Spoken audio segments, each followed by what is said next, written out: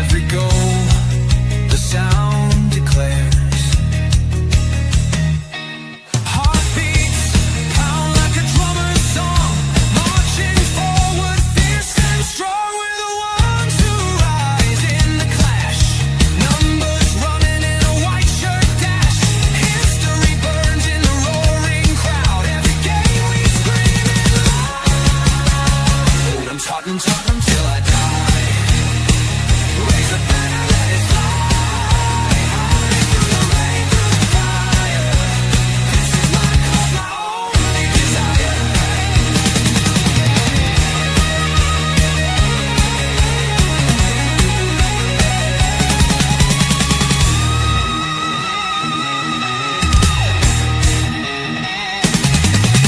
We're the ones who rise in the clash. Numbers running in a white shirt dash. History burns in the roaring crowd. Every game we scream it loud. I'm Tottenham, Tottenham till I die. Raise the banner, let it fly. High through the rain, through the fire. This is my club, my only desire. Hi guys, and welcome to the greatest Irish Tottenham channel in the world. No, okay, number 2, because Dave's there and I have to be nice to him. But welcome to THFC till I die. Your home of Tottenham past, present, and an exciting future, of course, on the Thomas Frank, as he takes us to the promised land with this group of players. And joining me today with this man's reputation precedes him no fold. He is the myth, he is a legend, he is Mr. Dave Harris from the Irish Hotspur, the legend that we all want to be. Women want to be with him, and men want to be like him. There you go, Dave. How are you? I'll take that one, lad. That's not a bad intro. Yeah, I'm keeping well, my man. How are you? Yeah, I'm fine. I'm a bit sad that Tottenham's finished, and we've got Ireland to watch. To be fair, it's a bit like going from a lovely dream to having a severe nightmare. To be, but I'm all right. I'm okay. I just take it as it is. Look. Of course, it is budget day here in Ireland. So me and Dave are keeping a close eye on that, see if they're going to help us. All I know is that I have to go down to the petrol station before midnight to fill up my car because petrol going up again. Cigarettes are going up as well, Dave, just to let you know. 50 cents. Lovely. So get down there before midnight. They go up every year. Yeah, they do. But look, I wish they put the tax up in Ireland, give you free admission to watch Ireland play. Let's start in Ireland. Not really much to hope for, is there, Dave, to be fair? We're bottom of our group. We lost to Armenia. I mean, it can't get any lower, can it? Or can it? Unfortunately, I think it can get worse. Look, we know the importance of Ireland qualifying for this World Cup, Darmo, because they needed the money, and Ireland going out to the USA would have generated huge amount of money that would have actually helped sustain Irish football for the long term. But the fact that it looks like we're not going to qualify means, the future looks bleak. And the reason why is because anyone that doesn't know, previous chairman Delaney, he used the funds to fund his own personal lifestyle, his wife's lifestyle and his daughter's lifestyle, rather than actually put it back into grassroots and, put it back into the League of Ireland to help, develop players and, bring even the national team, bring Irish football forward, and it's been an absolute disgrace. And since then, they brought in a new guy and they were told by the government, look, we'll help bail you out. We'll give you some funding if you can keep your books right for a year. And then all of a sudden they end up paying this guy sick leave and all this sort of jazz, even though he didn't take it, which meant they were caught out doing that, channeling funds somewhere that they shouldn't. And then all of a sudden now the government withdrew funding. So the FAI is in a bit of a precarious position in terms of what they're going to do moving forward. Also, when you look at the Irish national team manager, I mean, look, the guy doesn't really want to be here. I think he took the job just for a payday, but we're also in a situation where, not many people do want the Ireland job, or, we can't really afford them. We've heard, I listened to many a podcast. Sam Allardyce said he was approached. Roy Keane said he was approached and everything else. But, the FAI can't even pay them, what they're asking and stuff like that. So we're in a bit of a weird position. Like when you go up and down the length and breadth of this country, it doesn't matter how small the village or how big the town.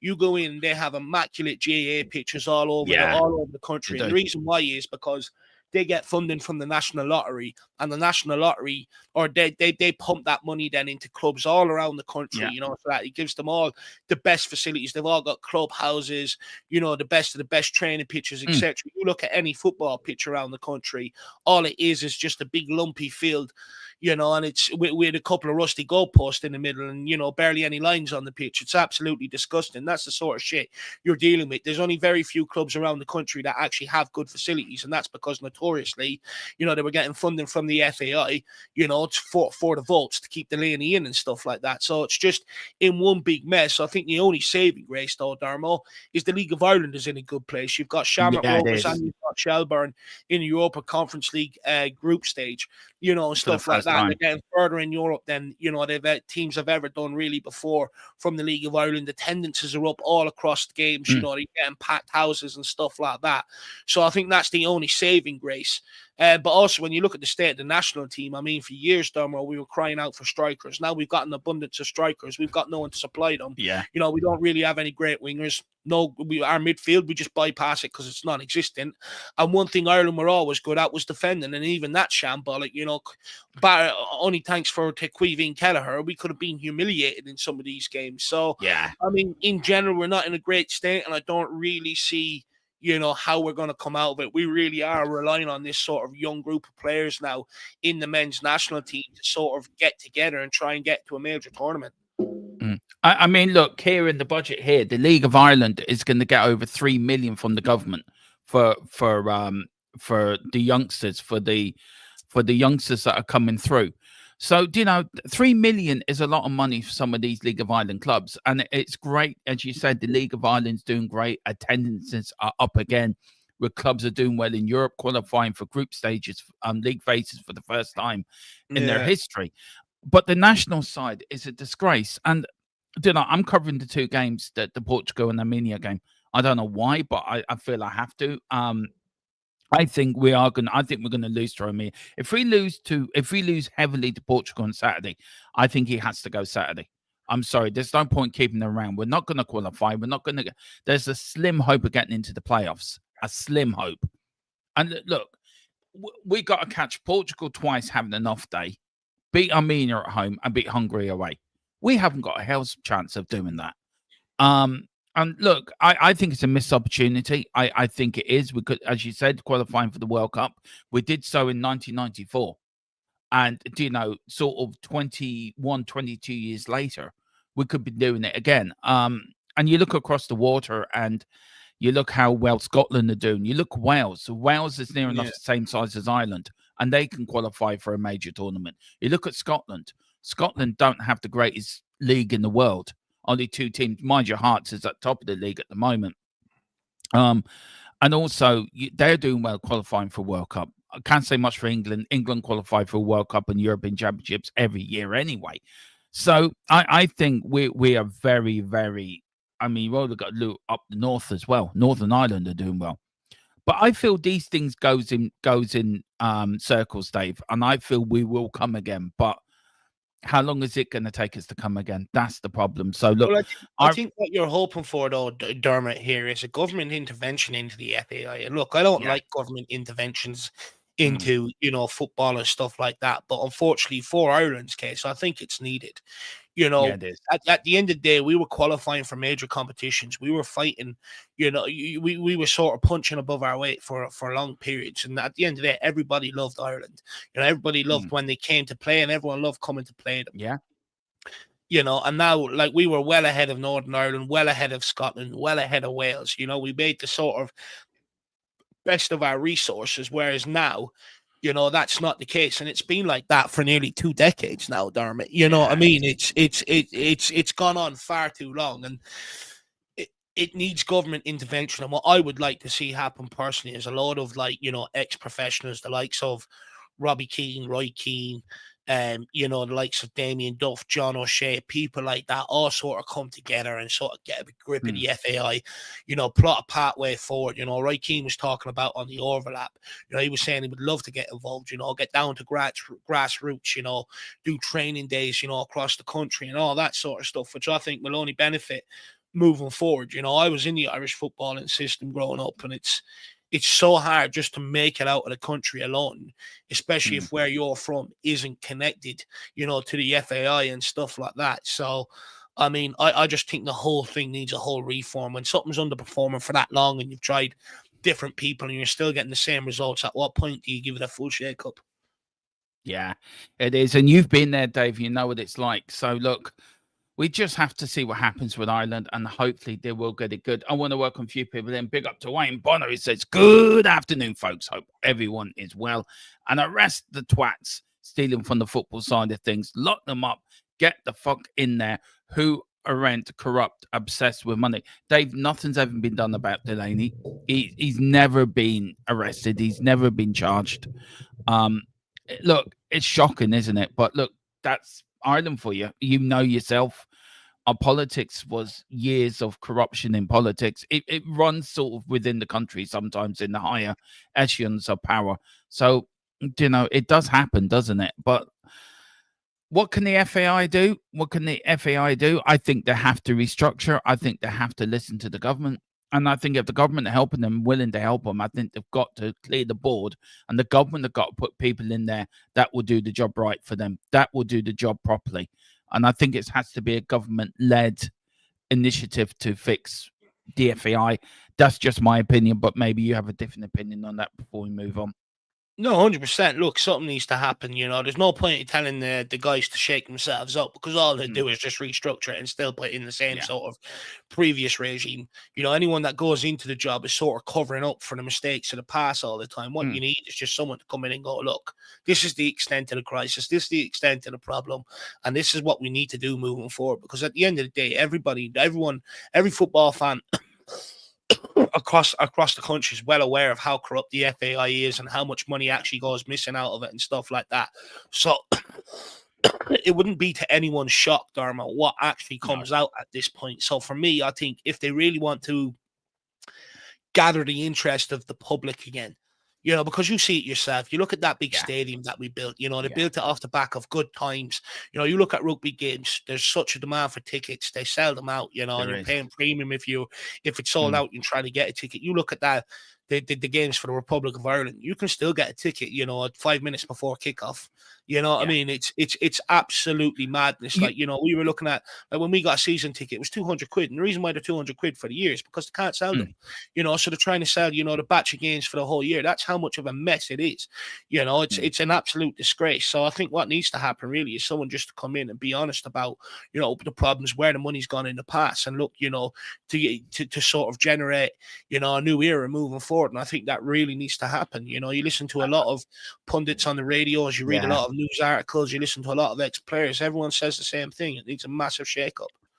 It does. And look, we're going for the young lad that's moving from the League of Ireland to Tottenham in the summer, in January, for $1 million. Forget his name off the top of my head. Mason Elliott. Mason Elliott, yeah. The highest ever player to be sold from Ireland to England, from an Irish club to an English club. It does show the in-depth of the League of Ireland, how it's doing, how it's progressing. Do you think the clubs have to go independent from the FAI? Do you think they have to do what's happened in England with the Premier League, that the 20 Premier First Division clubs went away and formed up their own league? Do you think the League of Ireland clubs have to do the same? I think they do. Because I think for them to get better and for facilities to get better, to then to build bigger stadiums, to get more people in, better facilities, better for the youngsters, I think they have to, as a group, go away and say, we're going to form our own league. FAI, you do what you want with the national side, but we're going to form. And you may get people coming in to sponsoring, like Sky or like other major television companies that will come in and say, right, we're going to invest in this. I think they have to do that, personally. See, the problem you've got there, Darmo, there has to be a big enough TV deal, over so many years that these clubs can self-sustain themselves off that sort of TV deal. And the problem is you're not going to get that. Like Sky Sports, they've got the Premier League, the SPFL, they've shown Bundesliga games, and stuff like that. League of Ireland, is it really going to attract the interest, in terms of watching games? For it to make their sort of payout worthwhile. I don't think so. So there is your problem right there. You know, you're not Mm. going to get a big enough TV deal, and these clubs are going to be very reluctant to take, you know, a small enough package, because they know once that money goes after a year or two, because they've been there before. Remember, they tried to do it with Satanta Yeah, Sports. they You know did. what I Yeah, mean? All of a sudden, they they got go. burnt. You know, a lot of clubs got burnt. You know, a lot of clubs, you know, the government, like, they weren't getting the same money off the government and stuff, and a lot of them went bankrupt. So for me, you know, they're relying on the government funding right now. So a lot of them are going to continue with that. You got to remember, a lot of the games that are shown on RTE or Virgin Yeah, Media. yeah. You know, RTE is a government state-run channel. You know what I mean? So that's where the money's coming from and stuff like that. So they're going to be very reluctant to leave the comfort of the funding that they're getting to take a gamble right now, because let's be honest, the stadiums aren't there, the infrastructure isn't there, and No. stuff like that. Like, you look at any young lad that's making the step up across from League of Ireland to England, especially, you know, if they're going straight into Premier League clubs, they struggle because of the training that they're getting over here. Like, you know, they're getting training, all right, but in terms of the physicality, the strength, conditioning, etc., you know, it's way below, you know, what the standards are in England. So when they go to England, they're almost playing catch up. There's a great podcast out there, I may get the name of it, and they interview a lot of young lads that have gone from the League of Ireland into the Premier League, and they all say the exact same thing. You know, the biggest step up is the physicality, the demands, and everything else. You know, so it's a huge problem for these Irish young lads coming up. So It is. You know, they need to start pumping money into these clubs, getting better training facilities, and try and make the league go full time. But I'd also argue, I don't think the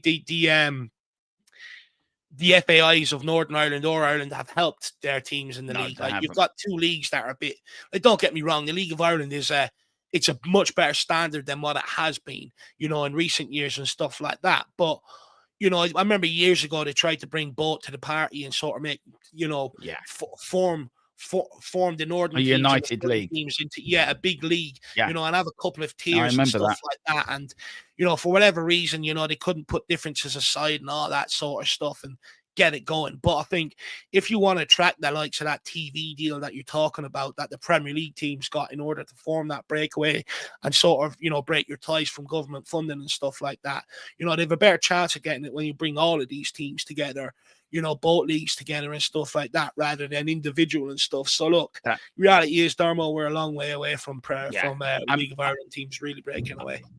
I mean, Dave, that's never going to happen, because their differences go all the way back to the Civil War. That's how long it goes back, and that goes. I mean, the Civil War, what's over 100 years 100 years old now, 101 years old since it happened, and that's how far it goes back. And it's rarely is. It was the same like with politics. Civil war politics, civil war within Ireland is still a decisive issue to this very day. It still has its impact into different societies. Big up to Wayne Rains to restructure the FAI with capable people who want to focus on the football, not the theft, build on a new foundation, build a new house on top of it. I think the government have to come in and do it. And he is asking that, is Irish football shown on RTE? It's shown on RTE, I think, on a Friday, but mostly on Virgin Media. We're very lucky in this country that our league is shown live on free to air, where in England it isn't, behind the paywall. So I think we're very lucky in that sense that it is shown free to air. I think you're right, Dave. I think, look, I was more thinking of back in 1993 when it was I think a 6.3 million funding from TV monies for the TV rights, or something along that, or 100 million, I can't remember.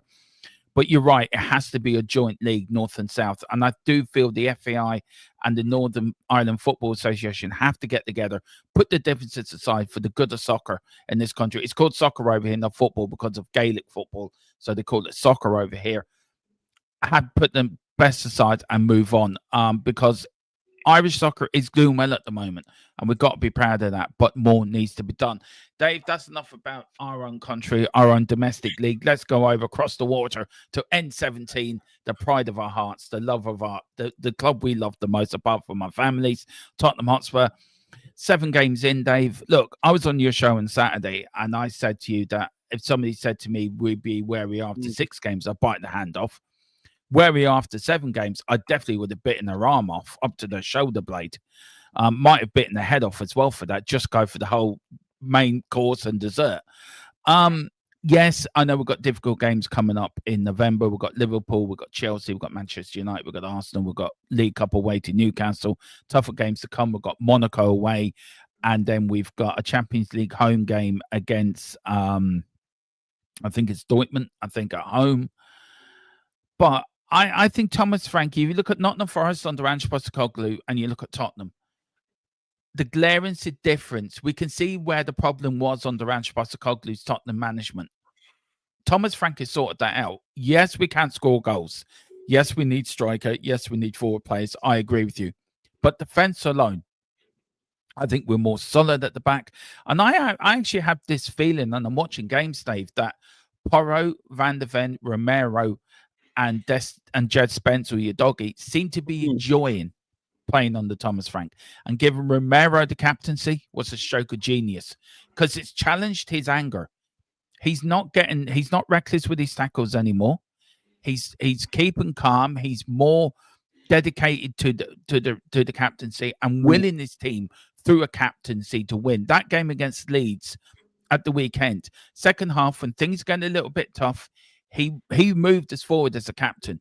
He took the game by the scruff of the neck. He took the team by the scruff of the neck. You can see him when he brings the ball out. He's pointing, he's shouting, get into that position. Why you're not there? I want an option. And he's challenging the players in front of him, which I think is a great thing. But Dave, 7 games in, international break, 3rd in the league, only 2 points behind Liverpool, 2 points behind Arsenal, a point behind Liverpool. You've got to be a happy Spurs fan at the moment, surely.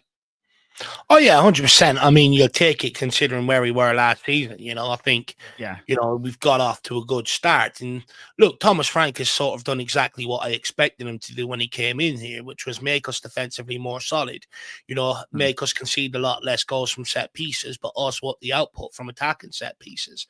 And he's done all that. My big concern about Thomas Frank coming in here was he couldn't just copy and paste Brentford ball. He's going to have to sort of play a better brand of football. When Thomas Frank come in here, I think I was the only one across YouTube that highlighted his Brentford team had some of the lowest percentage stats in the league. Yeah. And that was never going to fly at Tottenham Hotspur. Despite whatever manager we have, we still want to be good on the eye to watch. That's just the DNA of the football club. So most fans won't sort of what's the word? Sort of allow anything but, that's why when you've had managers come in here, the likes of Jose, Conte and Nuno, everyone sort of, wanted them to play a better brand of football. I think everyone is sort of clamoring to get a bit like what we were on the Poch, where we had defensive stability, but we're also very good to watch on the eye. And I think we've been shown that we can have both. And I think Spurs fans sort of are so desperate to get back to that point. However, Thomas Frank was always going to have to come in here and make us hard to beat first and sort of work on the attacking approach. And I think, he's done that. That's why we are where we are. However, there are a few sort of warning signs that worry me. Clean sheets, they're not coming around as much anymore. We've conceded goals, I think, in our last 4 or 5 games, which is making it harder for us to win games because our attack isn't good enough, in general, to go and score 2, 3, 4 goals nearly every single game. So, we need to get back to keeping clean sheets, but it's not really Frank's issue. Vicario is making a number of mistakes in recent weeks. That is leading to goals. I mean, and this is the problem. Frank can come in with the right tactics, try and instill a better mentality and try and help us win games. But the problem we've got at Tottenham Hotspur is too many players blow hot and cold. You don't have enough consistency right throughout that team in terms of when you're putting these players out on the pitch. And there's nothing that Thomas Frank can do. The only option he's got is to bring in Kinski. But Kinski, the reason why I feel like he's number 2 is because when he was involved, his shot stopping was called into question. He was better in, at command in his box. He was better at distribution, but his shot stopping was weak. And I feel like, so, what does Thomas Frank do there? I find it hard to put it on him. And then you go into the front line. Like, this is my big problem. Like, I don't think he's helped himself to a large degree. Look, don't get me wrong. Having the likes of Solanke, Mawani, Kulusevski, and Maddison out injured is more than tricky enough for any sort of manager to deal with, because you like to think when majority of them come back, they probably slide into that forward line somewhere. At least 2 of them do straight into that forward line. And it probably would make a huge difference. But I also think Frank has rotated too much in that forward line. He keeps sporadically giving Brennan Johnson appearances. Why? If the guy doesn't merit them when he comes off the bench in games, stop starting him in games. Stop. I think Frank is making too many rotational changes. I think, rotational changes against Wolves cost us. I think not starting Xavi Simons against Brighton cost us. I think, not starting Kudos and Simmons away at Bodo, showed his lack of experience in Europe, and I think it come back to cost us. So there are some sort of concerns and warning signs. Also, you take into account our opening fixtures. I mean, we haven't really played anyone of note, bar Man City. We played Burnley, beat them, played West Ham, beat them, took a point to Brighton, took a point to Wolves, beat Leeds. The teams we've beat have all been relegation fodder. When we, even Wolves we struggle against. When we've come up against teams that are higher up the table, bar Man City, who we always beat. We dropped points to Brighton, we've dropped points to Bournemouth. And I think the league position is a bit of I think it looks good right now, but I think it sends out a bit of a false narrative. For instance, like you look at who Arsenal have played since the start of the season. They've played Man United, they've played Liverpool, they've played Man City, they've played Newcastle. They've had a much more difficult start to the season than us, and they're up above us right now in terms of the league table and stuff like that. So I think, look, where I'm at is the reason why I'm sort of very reluctant to just sit here and go, oh, everything's fixed at Tottenham is I've been here before, Dermot, and I think I'm learning my lesson. I don't. One second, we had a good manager bounce, when Jose first came in. It didn't last long after the October international break. We had a good manager bounce when Conte came in. It doesn't last long after the first October international break into his next season. We had a good manager bounce when Nuno came in. He was sacked not long after the October international break. Postecoglou came off 10 good games, after the international break in October. The wheels absolutely fell off. And that's where my sort of big concern comes in. It's like, can this team sustain this? That's the big question. They've got off to a good start, but that's not enough, to show me that things have changed. Can you sustain this now between now and Christmas and still hang on to a respectable position, in the league and stuff like that? Still maintain performances the way some of the bigger teams do. So for me, let's wait and see, because I'm very hesitant because, I've seen this all before. No, I've seen it before too. I sort of echo what you said at the end there, that we have to wait and see what happens. Look, it's being a Spurs fan for over 40 years gives me the sort of little bit of a glance that I've seen worse, but I've seen better, but I've seen a lot worse too. I do get what you're saying when we've only played West Ham or Brighton, but them are the teams we struggled to last season, Dave. Them are the teams we went to and lost to. To get a point away at Brighton, I think to come from 2-0 down to get a point, I think it's a great point. I think the best West Ham, yes, West Ham's had a dreadful start to the season. Yes, they've been crap. Yes, they may well go down. But it's a London derby. Anything happens in the London derby. So you get a win there, especially at West Ham, when we haven't played well, Dave, over the years. And yes, West Ham are crap. Yeah, you have to look at the positive as well as the sort of not negatives, but sort of the realization of what we're playing against. And I get you. Yes, we shouldn't have beaten Wolves at home. We haven't had a great record against Wolves, but this is a relegation Wolves. This is a poor Wolves size, and nobody was happy with that performance. Man City away, yes, we're always going to beat Man City, but Man City are a dangerous side in themselves. You get Haaland kicking into gear, but we seem to have their number. So, look, I get what you're saying. I understand what you're saying. And I think Thomas Frank hasn't fixed everything. I think the front line is shocking. I think Brennan Johnson needs to be dropped out the squad completely. I mean, I'm Brennan Johnson's biggest fan, but even I have to admit he needs to take his head out of his arse and go back to what he did, go back to basics. Because I feel ever since that final, if he did score or didn't score, there's a lot of debate. I think he scored. So to anyone thinks it was a Luke Shaw on goal, I think he scored. I backed him a lot of last season, Dave, and 9 times out of 10, he never let me down. He never let me down. But I think this year, I think he needs to take his head out of his arse. I think Brennan Johnson has to stop thinking he's a big one. He's a big player when he's not. He's not performing. He needs to go back to basics. He needs to go back to what he do. And the problem Thomas Frank has as well, where do you play him? I think that is the biggest question Thomas Frank has when he starts to select a team. Where do I play him? Because he isn't a winger. He's I keep saying play him as a striker. A lot of people are saying that's ridiculous. Don't play him as a striker. So where do you play him? And also on the games ahead, I agree with Wayne Bonner here. I want to take a few comments here, Dave. It says we'll do well enough in November. I don't expect to win all of them. I don't. But to show up and perform and get at least 6 to 7 points. Lack of a striker, we're problematic though. I'm big up to the Godfather himself, Mr. Philip Brady, the Godfather himself, who is hiding somewhere in government buildings at the moment, trying to chase down the Minister of Finance because he hasn't given Philip Brady his government rise. So that's what Philip Brady's up to at the moment. Big up, Philip. We are on later, by the way, on our political channel. Join us tonight live at 8 on. I will put the link in later, guys, where me and Philip talk all things politics. The budget will be up there as well.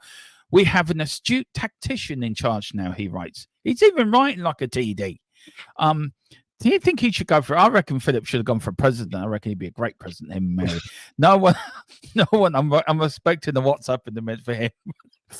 No one has beaten Leeds at home in a year. That's true.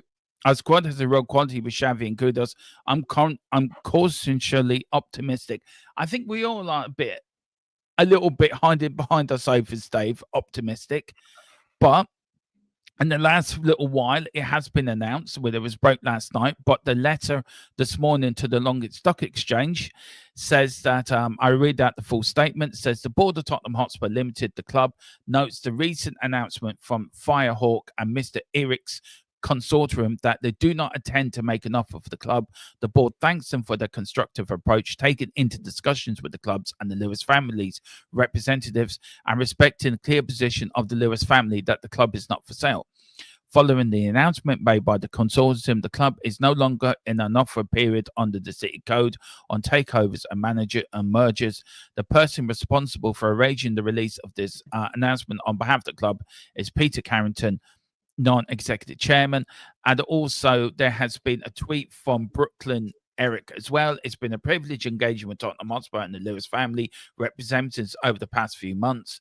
I have a great respect for the club and its leadership and its supporters, and I wish them nothing but success. Dave, that's just sort of broke in the last sort of hour or so. Well, it dropped at 20 to 7. I think it was, last night it dropped. So what's your take on it, Dave? I ran a show last night. Can the Lewis family lead us to glory? Can they? On this one, I'm sort of going to wait for them to show their true intentions, Dermot, because look, I think Levy gone is exciting, right? At the end of the day, I think he had done a tremendous job in terms of growing the club off the field, bringing the commercial aspect, the stadium with all the stuff that it hosts and brings and everything else, and the training ground and all, the best facilities across the world. And I think every Spurs fan is absolutely grateful for it, especially some of us overseas. It makes it easier for us to be able to get our hands on tickets for games and stuff like that, rather than when it was at White Hart Lane, it was nearly impossible. So I think, in that regard, I think he's been very good for the club. But I sort of was saying, over the last couple of years that I just feel like he doesn't have the risk appetite or the know-how to sort of, really push this club on. I think he's brought it as far as he can, and I think it needs new ideas. And what I meant by that is, I think, he grew the club commercially and everything else, but we were still operating the same in the transfer window. Looking to pick up deals, looking to pick up bargains, looking to buy young. And I think the club gave him a massive opportunity, under Ange, the people in, the Lewis family, and that gave him a massive opportunity under Ange Postecoglou and said, right, sort of kick us on now. We've got funding, there's money there and everything else. And I think they cocked it up, in the transfer windows. I think the first year under Postecoglou was good, but the next 3 windows, they followed up with absolutely dross. Didn't really improve the situation. I think the club got in that much of a mess. I think they said to him, right, look, we'll give you this summer transfer window. If you don't bring in the right caliber of players, you're gone.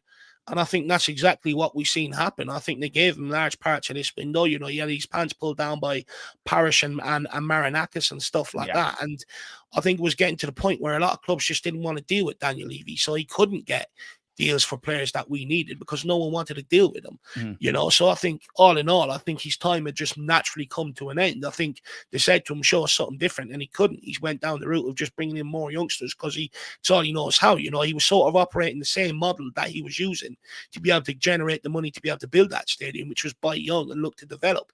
You know, and I think many at board level realised that the club is beyond that now. You know, in order to compete now, you need to buy ready-made talent. And I think, you know, somewhere across the summer transfer window, you know, someone else took the reins of it, and that's why we end up getting in a Mawani and a Xavi Simmons and that, you know, towards the end and of a the window. Paulinia. And a Yeah, the Paulinia Paulinia well. and stuff like that. You know, I feel like that's why we've ended up going and getting them players, because someone else has maybe, you know, took hold of that transfer window. And that's why I think we've seen something different, because a lot of the conversations were around as Daniel Levy changed his ways. And I'm sort of like, I doubt it. You know, a leopard doesn't change his spots. You know what I mean? It's sort of like, so I think it's exciting. However, when it comes to the Lewis family, though, Dermo, I mean, Daniel Levy didn't just make up them constraints on himself as chairman. You know, I mean, I agree with you. They came from the people that were all involved at board level. You know, a lot of the Lewis family and stuff like that. So it's sort of like, are they just using him as a scapegoat? Because the amount of attention that he was gathering, all the protests and everything else, you know, I don't think they want that, you know, especially if they're trying to generate a massive sale for the football club. You don't want that sort of bad attention or that negative attention, because it sort of brings down the price and stuff. So I'm thinking, you know, that's another reason why they got rid of him. And I'm going to wait and look. January, I think, is a very hard window to judge them on. I'm going to be fair here. January is very hard to get the desired quality that you need to be able to sort of, you know, be a game changer for you and really help you kick on. Because a lot of the clubs don't want to sell their better players. So they'd rather wait until the summer transfer window to do that. So I think, you know, next summer is the window where I'm really going to judge them, you know, and see what their ambition is in terms of what they do in the transfer market. Do they go and make the Paulinia signing permanent? Do they learn from the Paulinia sign and look at the impact that he's already made, that many fans said if you buy players of a certain caliber at a certain age, they'll come in and make this instant impact? They've been proven right. Will they look around in the market for more players like that? You know, so let's wait and see. I'm not one of them where I'm jumping for joy and I'm clapping my hands, you know, or everyone just get behind the Lewis family. No, give me something to get behind. Show me your hand first. Yeah, I agree. I agree. Look, I agree with you in so many ways, Dave, but also I always feel that it was Joe Lewis and Levy working in tandem. I don't think it was, and I think with the window as well, I think Vinay took a lot of control of that window. And we broke early in the year, early before the end of the season, that Paratici was back at Tottenham. He is back within the fold. Whatever place he's in with Tottenham, he's never left. I think he took control of it as well. That's why we got Colo in. I think that's why we got Simmons in. I think that's a Vinay and a Paratici signing. I think Paulinho again was a Paratici signing. I think Johan Lang needs to go, but how he's still at the job, I do not know. But are we being a bit unfair to Johan Lang? Are we being a little bit unfair? Maybe he's working to the remit of Daniel Levy, and Daniel Levy's remit was, as you say, buy young to develop. I just feel Daniel Levy will know next summer who was really to blame. We will know next summer who was ready to blame. If it was the Lewis family, if it was Joe Lewis telling Daniel Levy, this is what I want you to do, or Daniel Levy took it upon himself to do it how he wanted to do. So I think next summer's going to be very telling. One quick thing before I let you back in. Sorry, Dave. Just one quick thing. I want to say that January, I expect Lewis family to make some sort of a tell in January. Even if it's to buy one decent player, even if it's to buy a left back or make a deal to buy a striker in the summer, or even go for a loan of Vlahovic. I know Ivan Toney's name's been mentioned. Even if it's a 6 months loan for Toney, I wouldn't mind that, because Toney is a striker. He is a striker. He's worked with Thomas Frank before, and he is a striker. He's better than Solanke, and he's better than Richarlison. So I think we have to see, but they have to show some intent in January. It's all right saying I'm going to give him a pass. I'm not. I want some sort of intent in January to prove to me that you are going to be different when it comes to the summer. So that's why I am in it, Dave. Just one more question on this. You've had a few takeover bids now for Spurs. I'm very critical on state ownership in the Premier League. I think it's wrong. I don't think it should be allowed. And I'm very, very sort of uneasy with an American takeover. Though, if you look at Liverpool, they have a successful way of running the club. But if you look at the Glazers at Manchester United, that is the worst case scenario. What is your own preference, Dave? What's your own personal preference on who runs the club? If they were to sell the club, how would you like it to be sold? Look, ideally, you want Tottenham fans that, want the team to be successful and sort of, and come in here. And ideally someone that, is from around Tottenham or something, maybe. But the reality is, though, Darmo, them days are gone in football, with the Premier League, because it's the biggest and best league in the world. They've got monstrosities of stadiums, training complexes, everyone that's involved in the club. It doesn't matter what position you work in, you're on astronomical amounts of money and everything else.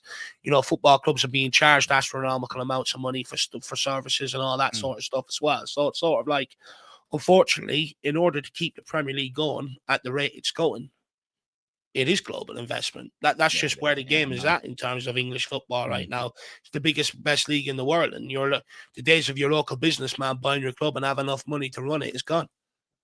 That's why you're seeing consortiums come together now. Yeah. So if you have a choice between a Qatari or a state ownership or a Qatari prince or something coming in to buy the club, or an American NFL style partnership, what would you prefer? I'll be brutally honest. I don't trust any of them. I think some of these... You're right up my street then. Yeah. I think some of these people are coming into football for their own sort of reasons. I think, a lot of the American ownerships, they would prefer to go to a European Super League sort of model. Yeah. And I think they'd also have the balls to go and sort of, bring it about. You look where the funding was coming from, Morgan and Chase and all that for it as well. True.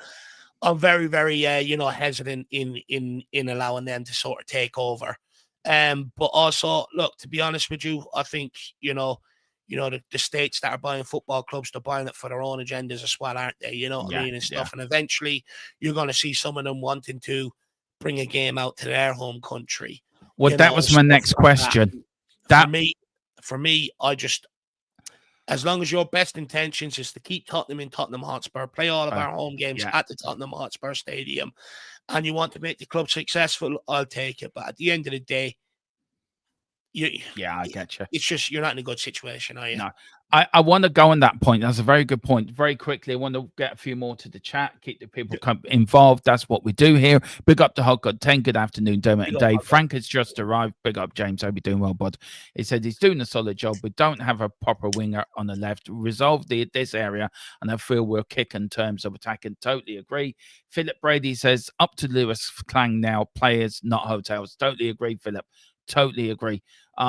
It's one of the last questions me and Dave are going to turn on about the Lewis and they read what they're doing around the stadium. Do they have to? Should they put their money into redeveloping the local area? Though they do an awful lot with the local area. Should they do more? We've got Big Ryan, big up Dermo and Davo. When's the next fan show, Dave? Sorry, Rhino, Wednesday. So yeah, Wednesday. There you go, Rhino. I'll be joining you Wednesday. You and me will be, I don't know, button heads or agreeing. You and me seem to be agreeing a lot of that, Ryan. Lately, Ryan, it's getting a bit weird. We shouldn't be here, but never mind. We've got Absolute 22. Makarosik belongs in the championship. Very quickly on Ange Postecoglou at Forest, Dave. Are you surprised how bad he's done there? Or do you I say Ange is not a Prem manager. Would you agree with that? Am I surprised at how bad he's done there? No, I think he might have jumped into a job too soon. I think Postecoglou probably could have done with a sort of period of reflection. Unfortunately, I don't think that's going to come because I think by winning Europa League, he sort of feels vindicated about his way, his style of play, etc., etc. I think he took the job, that Marinakis gave him because I think they're good friends and stuff like that, aren't they? So, yeah.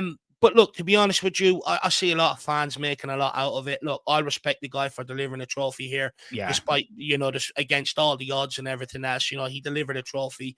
I got to go to that parade. I got to celebrate it with my dad. And, all my family, friends, and all you guys out there. So, you know, I'll be forever grateful for that. You gave me one of the greatest days of my lifetime, despite giving me, you know, probably 2 of the most hellish years of my lifetime. So, I mean, would I do it all again?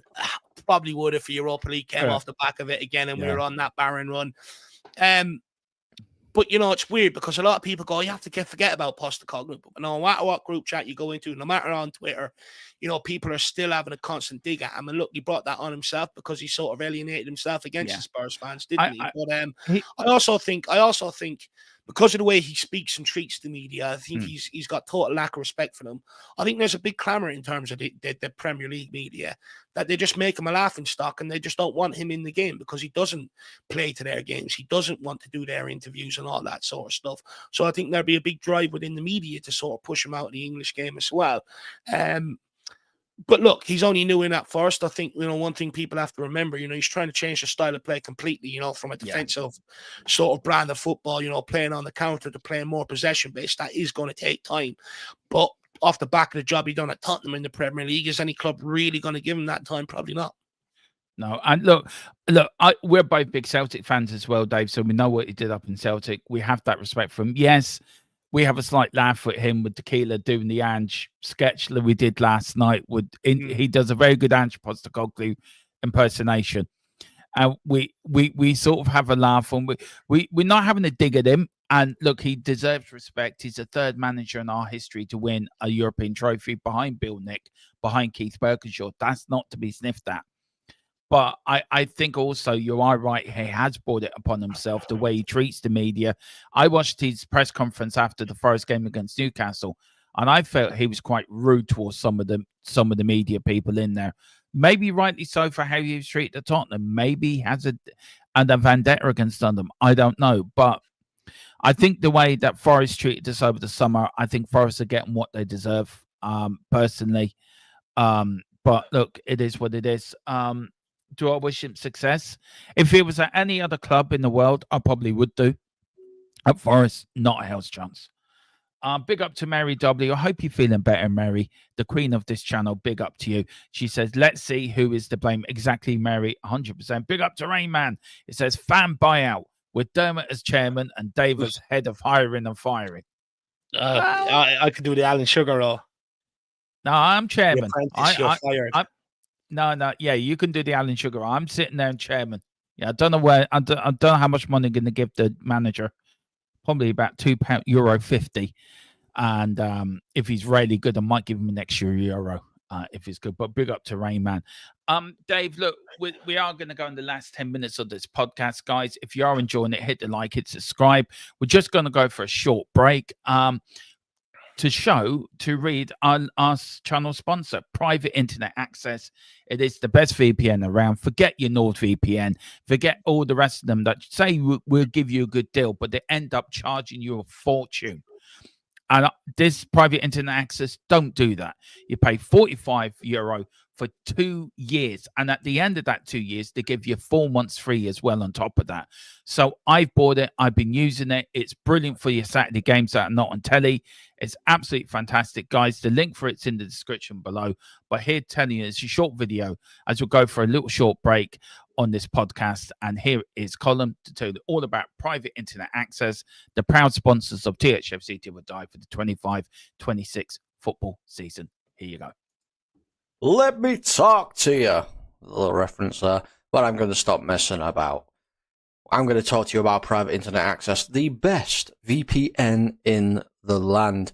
Now, when you're online, you may not realize, but all of your data is there for the taking by anybody.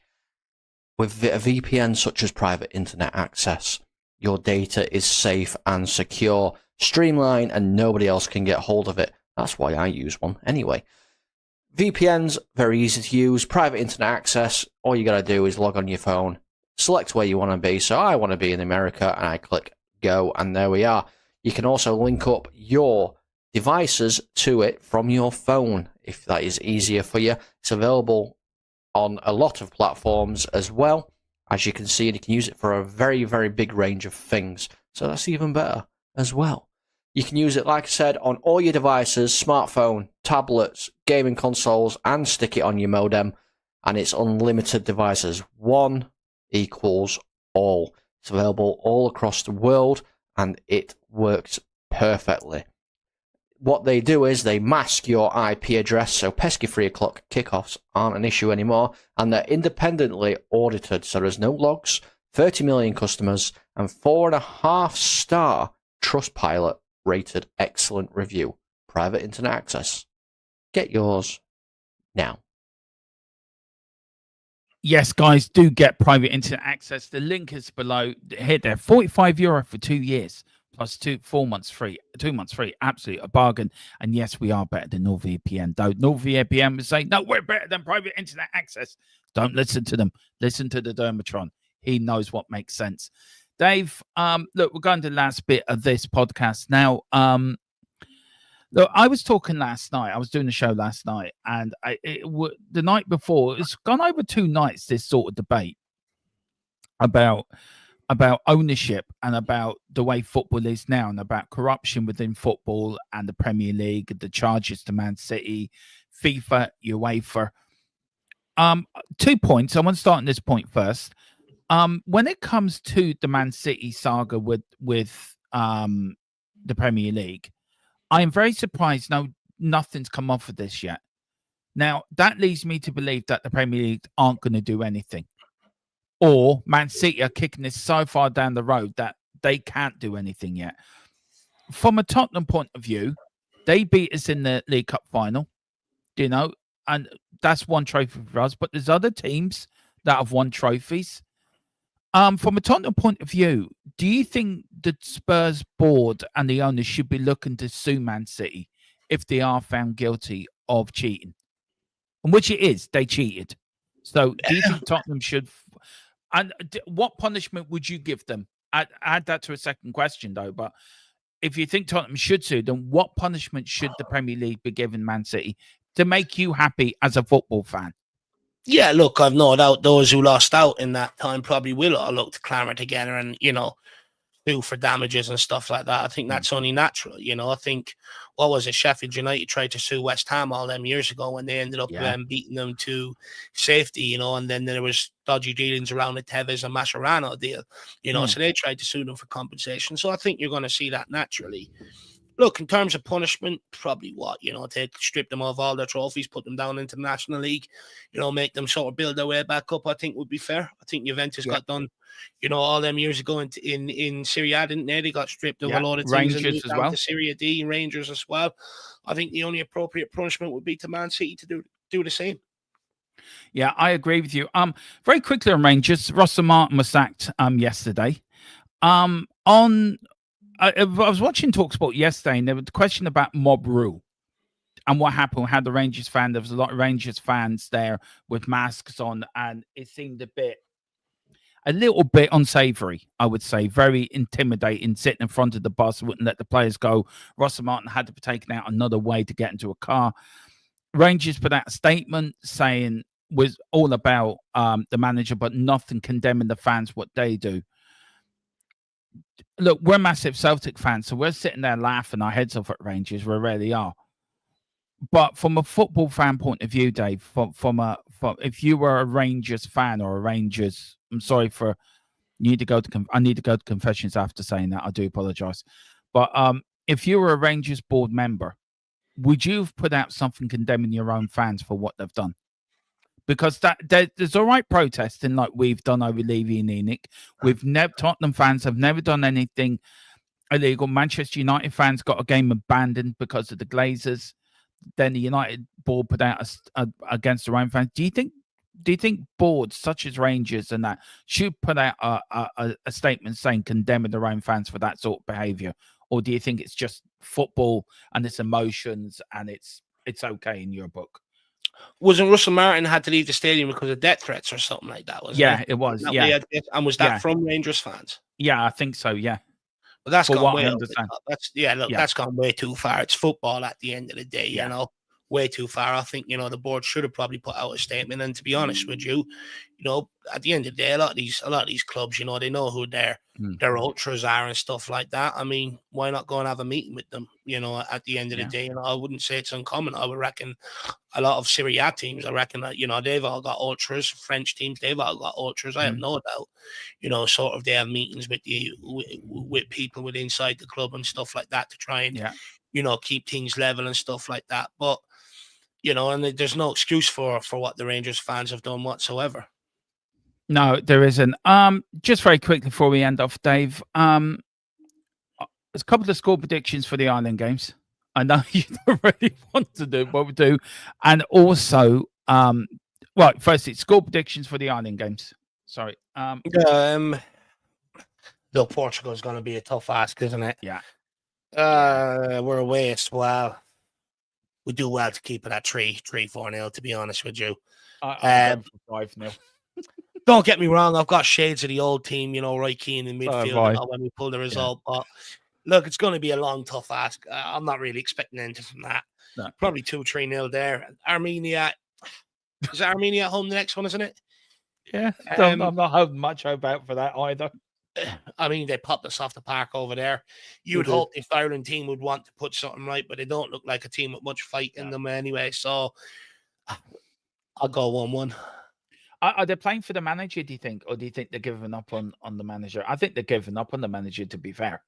Look, I don't think a lot of these guys have played for the manager. I don't think a lot of them really played for Stephen Kenny, I think a lot of them, they did look at the coaching they're receiving, at clubs, and then they go to the international level. And I think, it's probably like just a piss up in a brewery, in a brewery, to be quite honest with you. It's well known that a lot of these players, they like a night out, in terms of training, it's a bit of a piss up, there's not much actually going on in terms of coaching, fitness or anything like that. So, I mean, there's probably a lot of that large element to it as well, where a lot of players are just sort of using that as a bit of a reprieve from the demands of the domestic fixture schedule, Dermo.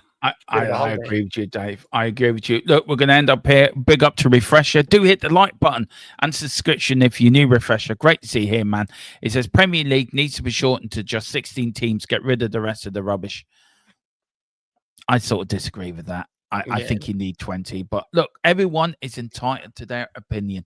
And that's what I love about this channel. Dave, that's the end of another Irish Lads Talk Spurs podcast. I've really enjoyed this one. It's been a bit varied. I've really enjoyed it. We will be back next week at 2, guys. Don't worry, we're going to be back more regularly now. Partly my fault, not being away as well, so we haven't had partly mine as well. No, I won't blame you. Blame me, Dave. We'll let you off the hook. Dave, but you do have a fantastic channel. The channel that I started my journey on, the mothership to here, channel that I aspire to become and look to match in a few years. The Irish Hotspur, what you got coming over there in the next few days, Dave? Because you've got a few good shows coming up. Yes, we're going to have our debate show at 6:30 this evening. Panel show where we discuss all the latest things going on at Tottenham Hotspur. Tomorrow, then we'll do our fan show. Thursday, then we'll also do, another sort of discussion show going through some of the news and stuff. I'm cooking up a few short ideas, but they're more so to be released more so over the course of December and stuff like that. Yeah. So, and then, back to the regular sort of routine next week then, Dermo. Yeah, it is. It is back. Everyone do go over to the Irish Hotspur. A great channel, a great friend to me. One of my best friends on YouTube and off YouTube as well. Me and Dave, I've met Dave loads of times. He is what he is on screen. He is a perfect gentleman, and I have a great time for this man. Really do. Absolutely admire him. And he may give me my confidence to start in this journey, and I will forever grateful for what the Irish Hotspur do for this channel and continue to do for our channel. Absolutely top. Him and Jack, top blokes. Really love them to bits. They're both of them. On here, we've got the Fantasy League football show tomorrow night, guys, at 5. So that's for you members only. We're going to look to start our own fan show on Thursday. So if you're members, do come over. Do come in, have your say. Friday, we've got the build up to the Ireland game where I'm going to do normally the pre-game thoughts for Ireland. I'm going to run it as normal as I would for a match day. So on Saturday, we've got before the whistle, we've got the watch along and then match reactions. Then we gear up for the Portugal game, and then we're all gearing up then for the Aston Villa game. Dave, quick prediction for the Aston Villa game. I know we're on next week, but just I want to see with your quick thoughts on that. It's the home or away, Derm. I think we're home. Our home form isn't actually good, is it? You know, our away form not. is really good. Our home form isn't the greatest. First game off the back of international duty, usually a difficult sort of game to navigate. Probably going to be a draw, but I'm obviously hoping for a Tottenham win. Do you know? I'll go 2-1. Do you know what? I'm going to agree with you. I'm going to go for a 2-1 win as well. But yeah, guys, do join Dave tonight at 6:30, Dave. You're on at 6:30. Join 6:30 for the debate show. Join me tomorrow at 5, you members, and then I may do something tomorrow night. I'm not sure yet. I feel a rant coming on about Vicario. Something me and Dave will get on to next week. It was one of the topics. We didn't get to it. So we're going to talk about Vicario next week. But guys, thank you for watching. Big up to everyone. Big up to Leo, Rayman. Big up to Mr. Philip Brady, Hot God 10, Wayne Bonner as well, Absolute 22 as well, for all coming in. Thank you all for watching, making this podcast very popular. We are back next week at 2. Me and Dave, Irish Lads That Talk Spurs. Come on, you Spurs. Let's get out of here. Let's enjoy the rest of our Tuesday. Come on. Eyes on the prize.